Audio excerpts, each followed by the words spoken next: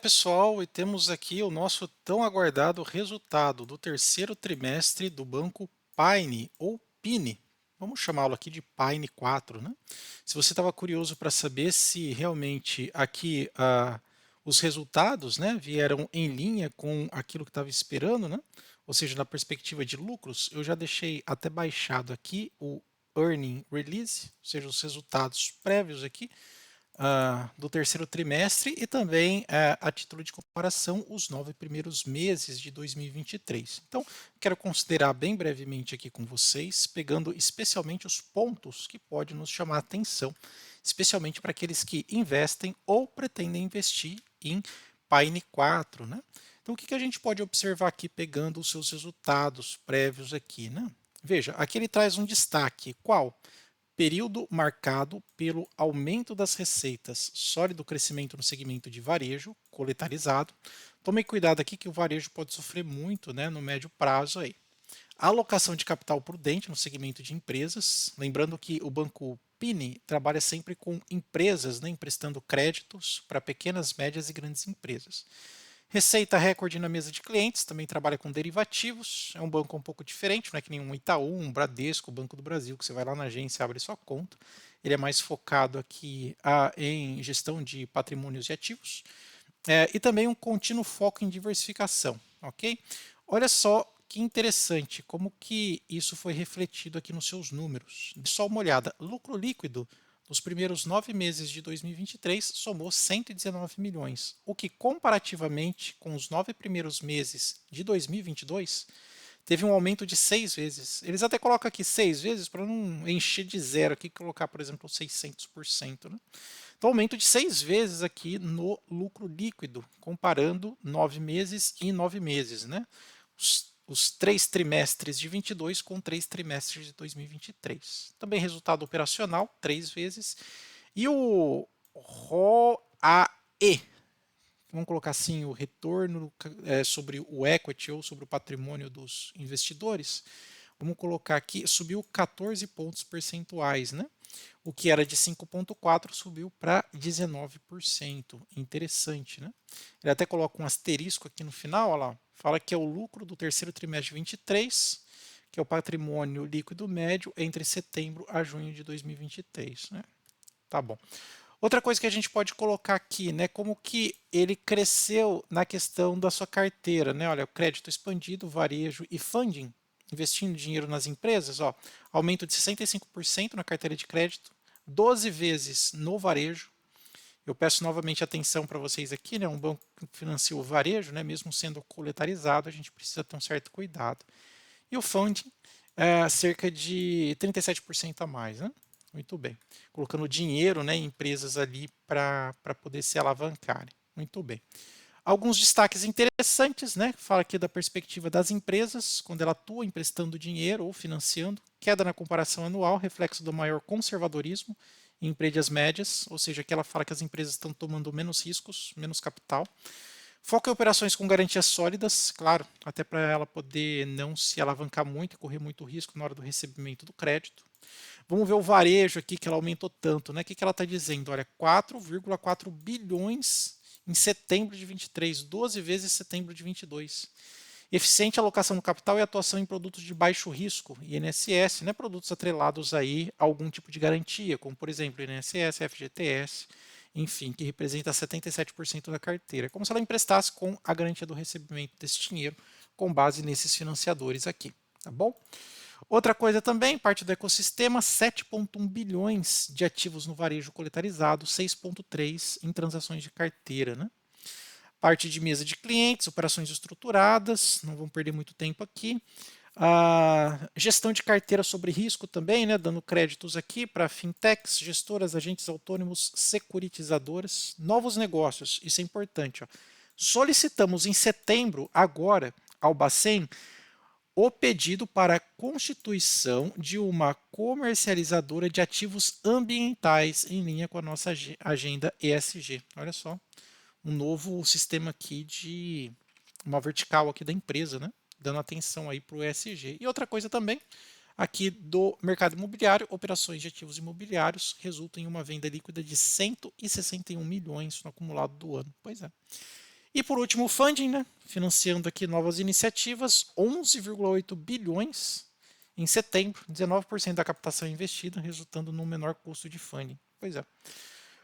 Outras coisas que a gente pode observar, né, os negócios de atuação dela. Como nós dissemos, eu acabei falando de pequenas, mas não, né, ela atua aqui em empresas de médio e grande porte. Também na coleta de juros, moedas e commodities, né, lembrando que ela tem uma mesa de negociações ou mesas de clientes, né, operações estruturadas, mercado de capital, parcerias, ativos imobiliários, varejo, né, lá, originação, compra, venda, monitoramento de portfólio, ecossistema, tesouraria, né, gestão de ativos, e seguridade, né? Risco, benefícios e varejo, né? Então ela tem assim um bom portfólio de produtos, a gente pode imaginar aí, ok? Vamos para os resultados. Isso é importantíssimo quando você vai fazer análise da empresa para investir ou continuar investindo nela, né? Vamos começar aqui pela análise horizontal, né? Trimestre a trimestre. O que aconteceu? Margem financeira bruta. Veja, em 22, 73. Perdão, terceiro trimestre de 22, segundo trimestre de 23, 187, olha o salto. E terceiro trimestre de 23, 193.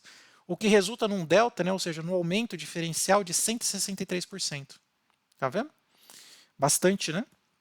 E quando a gente olha isso na perspectiva dos meses, a gente pode observar que no mês, pegando os 9 primeiros meses de 22 para os 9 primeiros meses de 2023, foi 3 vezes, 300%. Ok? O que nos remete aqui para um lucro líquido no 22, ano de 22, 12,2 milhões. Lembrando que aqui está em milhões, tá? Para 23, segundo trimestre de 23, 42 e agora terceiro 45, aumento de 4 vezes. E na perspectiva de 9 meses, aumento de 6 vezes. Bastante, né, pessoal? O banco ainda, mesmo com as cotações, que a gente pode observar, né? Observando aqui os seus resultados, as suas cotações, dando em 12 meses 130% de aumento, a gente até pode olhar isso aqui no gráfico anual, olha, quando a gente pega no ano, né? Comenta aí, pessoal, quem conseguiu pegar esse preço aqui de aproximadamente de R$ 1, um e pouquinho. Depois ela subiu para um patamar de 2,70 e agora aqui para quase R$ 4, né? Dando até mesmo picos aqui de quase 230% de aumento. Pois é, bastante coisa. E mesmo assim, após a divulgação de segundo trimestre e terceiro trimestre, ele ainda continua lateralizando, né? Quem sabe aí, né, possa nos animar mais uma perna de uma subida aí nesses ativos. Você acha que isso pode acontecer no médio prazo? Quando a gente observa aqui, olha, quando eu comecei a estudar o banco Pini, liquidez média diária dele era de 100 mil no máximo, 100k. Hoje já está quase atingindo aí 1 milhão, né? Está aí por volta de 920 mil, quase 1 milhão. Ação protegida por 100% no seu tag along, mesmo sendo um banco pequeno. Ainda descontado do ponto de vista de banco, preço sobre valor patrimonial de 0,75, um PL de 5, bem baixo, ok? Outra coisa que chama atenção, seus dividendos, 4,16, já pagou até mais, mas como a cotação subiu, ele truncou esse dividendo aqui. Alguns dados de endividamento, como ser questão de banco, né, a gente não tem igual seguradora, mas a gente pode observar aqui pelas margens, aquela margem bruta que nós falamos de 15%, a margem líquida de 7%. Isso vai dar uma atualizada, tá, pessoal? O ROI, né? Retorno sobre o equity 14%, aumento de receitas 8% e lucros ainda reportados, né? Vamos ver aqui se esses lucros vão aumentar. Por ser um banco pequeno, não tem tanta taxa assim de doador quanto tomador para aluguel de ações. Toma cuidado sempre aqui, né? O Barsi sempre fala, o que está mandando no preço é a quantidade de ações alugadas. A gente tem visto que isso realmente está acontecendo. Se você quiser mais detalhes, recomendo que você entre aqui no Invest Site. Basta você só colocar aqui, né, o ticker da empresa, por exemplo, Pine4. Aí você vai descer aqui, vai vir aqui aluguel de ações, posição, e você vai ver se a porcentagem total está aumentando, né? O que pode impactar. Veja aqui como os preços aumentaram. Barsi realmente tem razão, né? Olha o que acontece. Quando você tem uma queda, né, na quantidade aqui, olha, valor total, né, de ações alugadas, quando você tem uma queda nos últimos meses, está vendo essa queda? O que acontece com a cotação? Vamos dar uma olhada. Aí você vem aqui na cotação, olha lá, ela sobe ó, nos últimos meses, vendo aqui, ó, você tem uma certa subida aqui na cotação. Então, a Barsi até que está realmente certo desse ponto de vista, né? Lembrando que essas ações aqui da Pine ou Pine 4 já chegou a ter quase 1% de aluguel. Hoje está extremamente baixo, menos de 0,3%, ok? Certo? Voltando aqui para os resultados, ó, observe, quando a gente dá uma olhada aqui nos outros indicadores, como por exemplo, ó, pegar aqui nos últimos 5 anos o pagamento de dividendos, pagou só em 2023. Tá? Então não é um banco que vem pagando regularmente dividendos, né? Eu até gosto de fazer uma comparação. Eu não sei se vocês concordam muito com essa comparação que eu vou fazer, mas eu normalmente eu faço assim, ó. Eu pego o BMGB4, embora aqui ele está mais atrelado a crédito consignado, né? E eu vou pegar um que eu gosto muito, Basa 3, Banco da Amazônia, ok? Certo? Lembrando, até foi um dos inscritos que participa bastante, tem excelentes comentários, a Núbia, nossa colega, agradeço ela aqui até no vídeo. Basa 3 é um dos primeiros vídeos que eu fiz no canal. Lembrando que o que está acontecendo, né? Petrobras está entrando ali na bacia do Rio Amazonas, né, na Foz, desenvolver petróleo ali, também tem alguns desenvolvimentos correlacionados, o Banco da Amazônia pode, de repente, surpreender. É um banco que eu acompanho há muito tempo, convido vocês a estudar esse banco aqui. Quando a gente coloca na razão comparativa aqui, olha só que interessante, apesar do Pine estar bem hypado, muita gente investindo em Banco Pine, ele perde na comparação para o BMG, para o Banco da Amazônia, nosso Basa 3, ele fica aqui em terceiro lugar. Ó. Veja só, o BMG paga mais dividendos, o PL do Banco da Amazônia está mais descontado, o preço sobre valor patrimonial do BMG está mais descontado. O que mais a gente pode observar aqui? Olha as margens. Quando a gente olha aqui as margens, ó, a margem do BMG é 35, do Pine é 15, do Banco da Amazônia é 26. Margem líquida do BMG está baixo, do Banco da Amazônia é 30%. Estudem Basa 3, tá, pessoal? E o do Pine, ou Pine, 7,5%. Ok? E para terminar aqui, crescimentos de receita e lucro. BMG, quase 20% e quase 80% crescimento de lucro. Amazônia, 17% e quase 80% ganha do BMG. Enquanto que as receitas do Banco Pine tá só 8,4%, né? Um só entre aspas. Então, o que eu recomendo para vocês? Não recomendações. Estudem esse cara aqui, olha, aqui já há um bom tempo eu venho falando dele e ele vem surpreendendo muito. Tem muitos inscritos aí me agradecendo, né? Eu tenho incentivado o estudo desse banco aqui, porque ó, ele parece ser um banco muito sólido na questão das suas cotações, ele sempre faz essas escadinhas, ok? Aqui deu uma regulada aqui, mas sempre escadinha. Assim como um dos primeiros também que eu falei para o pessoal, o Banco Banest, também, que é um reloginho no pagamento de dividendos, ele também, ó, quando a gente pega na perspectiva de 5 anos, olha lá como que ele é. Ó, ele parece um fundo imobiliário, né? Sobe, dá umas quedinhas, sobe, fica, sobe, fica, sobe, fica, sobe, fica. Tá vendo? Parece uma escadinha. Faz tempo que eu falo desses dois bancos, ok, pessoal? E para a gente finalizar aqui na apresentação, que eu separei aqui para vocês o material, outra coisa que eu queria colocar, olha só o patrimônio líquido dele como está crescendo, olha, era 857 milhões e já está em 964. Outra coisa importante aqui para a gente observar, o ROI dele está aumentando, tá? Era 5,9, hoje já é 19.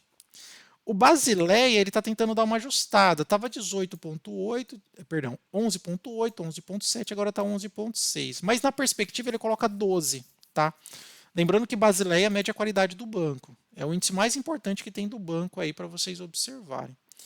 Outra coisa que eu queria colocar aqui para vocês é o seguinte, ó, dê uma olhada aqui. Aqui a gente já falou do lucro líquido, né, que subiu cerca de 6 vezes, a margem 163%.